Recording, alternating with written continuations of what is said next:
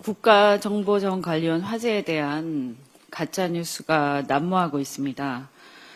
북한이 사이버 공격을 은폐하기 위해 화재를 일으켰다느니 특정 국가가 개입되었다던가 심지어 정부가 불리한 정보를 감추기 위해 일부러 불을 냈다는 등 온갖 음모론들이 판을 치고 있습니다. 필요한 조사는 당연히 투명하게 이루어져야 하겠지만 국민 불안을 증폭시키는 근거 없는 가짜뉴스의 유포는 문제 해결에 전혀 도움이 되지 않습니다. 도를 넘는 가짜뉴스의 유포에 대해서는 철저한 수사를 통해서 또 응당의 책임을 물어야 할 것입니다. 나라와 국민이 어찌 되든 말든 문제 해결이야 되든 말든 오로지 정치적 관심 끌기와 공세에만 눈이 어두워 버리는 무책임한 가짜뉴스 유포와 선동은 즉각 중단되어야 할 것입니다.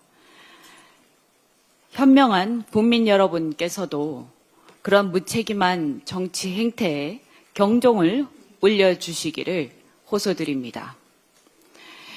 국민의 불안을 틈탄 야당 국회의원들이 얼토당토하는 주장이 도를 넘고 있어서 정말 개탄을 금치 않을 수 없는데요. 나경원 의원은 관광 활성화를 통한 민생경제 살리기 차원에서 윤석열 정부 때 결정된 중국인 무비자 입국을 두고 벼랑간 이번 화재와 근거도 없이 연계시켜 막아야 한다고 지르고 있습니다. 사실 올해 해외 관광객 2천만 명 시대를 앞두고 정말 한심한 일입니다.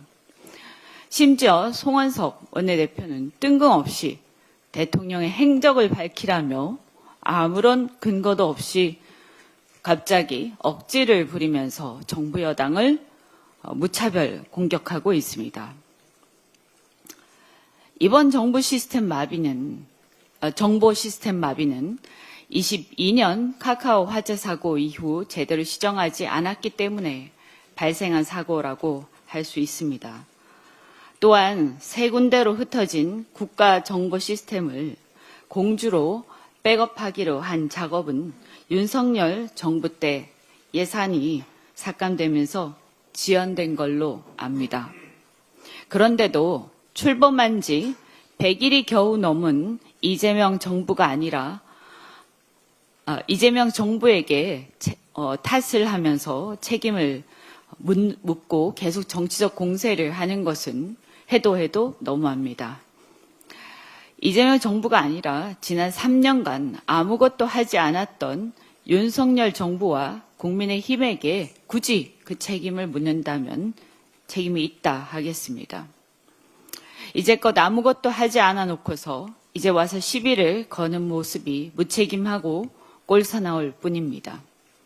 그러나 여기서 누구 탓을 하기보다는 머리를 맞대고 문제 해결에 집중하는 것이 옳은 태도일 것이라고 생각합니다.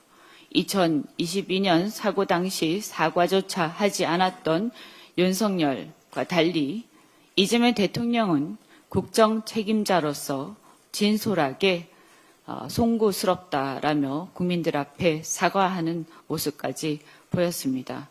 저희도 같은 태도로서 문제 해결에 최선을 다하겠습니다.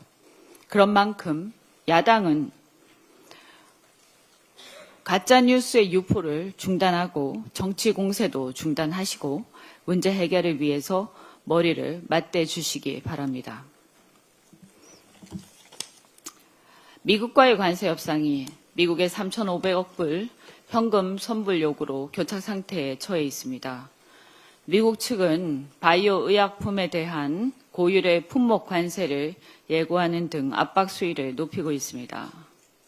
우리의 외환 보유고가 일본에 비해 약 4천억 불에 못 미치는 정도로 일본에 비해서 3분의 1에 불과하기 때문에 거기다가 원화가 기축통화가 아니기 때문에 우리의 수출 경쟁력 또 첨단 제조 경쟁력이 굉장히 뛰어남에도 불구하고 외환 현금을 일시에 지급하는 그런 요구는 동맹에 대한 상호 호혜적이고 합리적이어야 하는 그런 상호 간의 협상 태도가 아니다, 이렇게 생각합니다.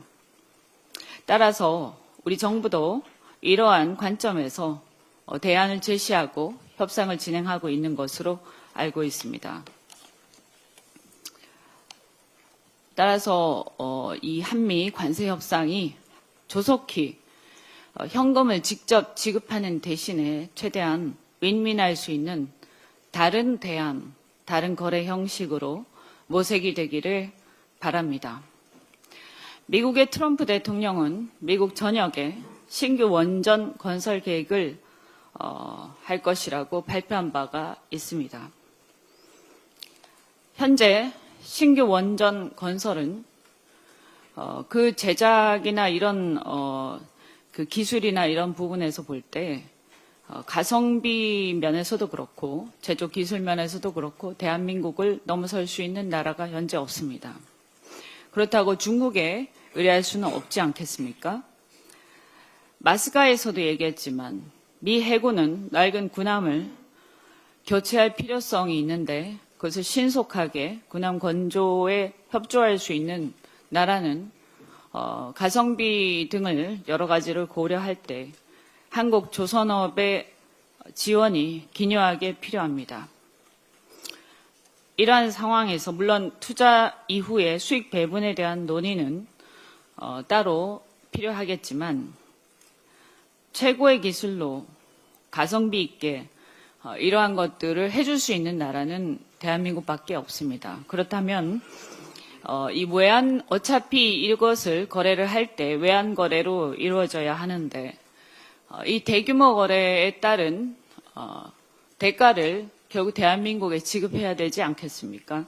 이런 부분들을 상계 처리할 수 있는 방안도 있을 거라고 생각합니다. 그 외에도 한국과 미국 외에도 동맹국 사이에 대한민국의 기술력이 반드시 필요한 여러 가지 거래가 있을 거라고 생각합니다. 3자나 4자 거래도 있을 수 있습니다.